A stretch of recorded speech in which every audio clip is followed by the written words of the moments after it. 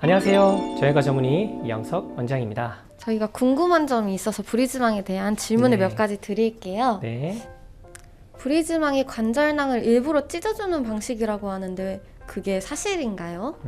네, 맞습니다.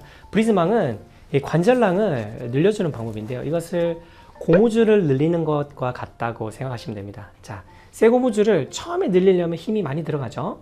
그런데 끝까지 잡아당겨서 많이 늘여놓으면 그 다음번에 눌릴 때는 굉장히 좀 쉬워집니다. 바로 브리즈망도 이런 원리하고 똑같다고 생각하시면 됩니다. 수술을 통해서 찢을 경우에는 어느 부위를 찢는지를 알 수가 있는데 브리즈망 시술은 사실 어느 부분이 어떻게 찢기는지를 알 수가 없잖아요.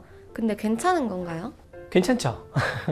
자, 50견은 우리가 이제 관절낭이 아래쪽, 앞쪽, 뒤쪽이 다 이렇게 짧아져 있어요. 그러면 이 방향으로 전체적으로 다 풀어줘야 되겠죠. 그래서 우리가 브리즈망을 할 때는 자, 팔을 이렇게 하면 뒤쪽이 늘어나고요. 팔을 이렇게 하면 앞쪽이 늘어나고, 팔을 밑에서 위로 들면 아래쪽에 관절낭이 늘어납니다. 그래서 브리즈망 치료를 할 때는 이렇게 원하는 방향으로 모두 관절낭을 늘릴 수가 있어요.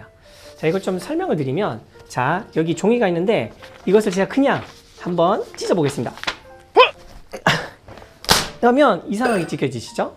자, 이거 제가 의도치 않게 그냥 여기만 찢어졌습니다. 원래는 제가 가운데를 찢고 싶었는데, 그런데 제가 하는 브리즈망 시술은 이겁니다. 여기를 살짝 찢고 이 결 따라서 이제 쭉 찢으면 어떻게 될까요? 제가 원하는 방향대로 찢을 수가 있죠. 만약에 제가 이쪽 방향으로 찢고 싶어요.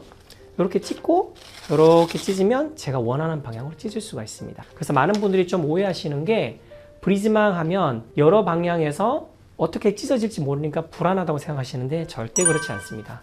말씀드린 대로 뒤쪽과 앞쪽과 위쪽, 밑에 있는 아래쪽에 있는 관절낭들을 그 부위를 풀 수 있는 테크닉을 이용해서 잘 스트레칭 시켜주면 원하는 방향으로 위험하지 않게 잘 늘릴 수가 있습니다. 그러면 그 외에도 혹시 강제적으로 관절낭을 찢는 시술이 문제가 되는 부분은 없나요?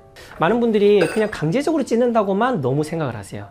말씀드린 대로 강제적이긴 하지만 그러나 원하는 방향에 적절하게 부드럽게, 사실 이게 더 중요한 거예요. 처음에 아까 전에 제가 그냥 힘만 주면 아무렇게나 찢어지겠죠. 근데 브리즈망은 그렇게 하지 않습니다. 절대로. 원하는 방향대로 내가 천천히 부드럽게 시술하는 거기 때문에 절대 큰 문제가 없습니다. 그래서 강제적이다라는 것에 너무 생각을 깊게 하셔서 그것만 생각하시면 안 돼요. 브리즈망은 강제가 아니고 부드럽게 이완시켜주는 중요한 테크닉입니다. 그래서 브리즈망은 이렇게 부드럽고 안전하게 할 수 있는 시술이니까 너무 크게 걱정 안 하셔도 됩니다. 그러면 브리즈망 시술로 인해서 골절에 대해 걱정하는 분들이 많더라고요. 근데 골절이 생길 수도 있는 건가요? 잘 못하면 골절이 생길 수 있습니다. 자, 원칙을 지키면 돼요. 제가 아까 말씀드린 대로 브리즈망 할 때는 국소 마취를 해야 됩니다. 환자분에게 충분히 국소 마취를 하면 안 아파요. 편안하게 누워 계십니다. 그 상태에서 아까 말씀드렸다시피 여러 방향으로 제가 원하는 방향으로 부드럽게 이완시키면 절대 골절이 일어날 수 없습니다. 언제 골절이 일어날까요? 이런 원칙을 무시할 때 그냥 수면 마취만 하는 거예요. 통증은 있거든요.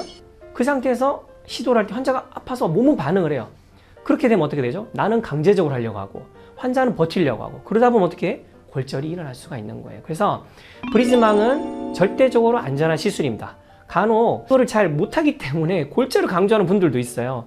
그러나 이런 원칙에 따라서 잘 하면요 절대적으로 골절이 일어날 수 없습니다.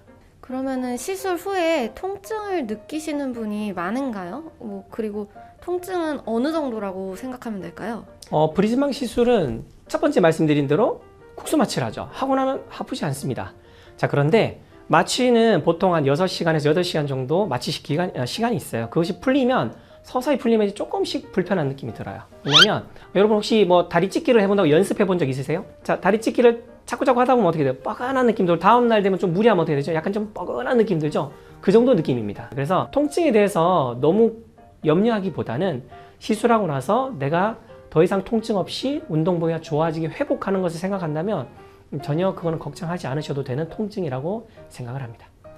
그러면 시술 후에 꾸준히 관리가 필요하다고 하는데 혹시 관리는 어떤 식으로 진행하나요? 우리가 브리즈망 하면 환자분들이 늘 생각하는 게 한 번으로 끝나겠다라고 생각하는데 절대 아닙니다. 자, 브리즈망으로 제가 이제 관련을 늘려놨어요.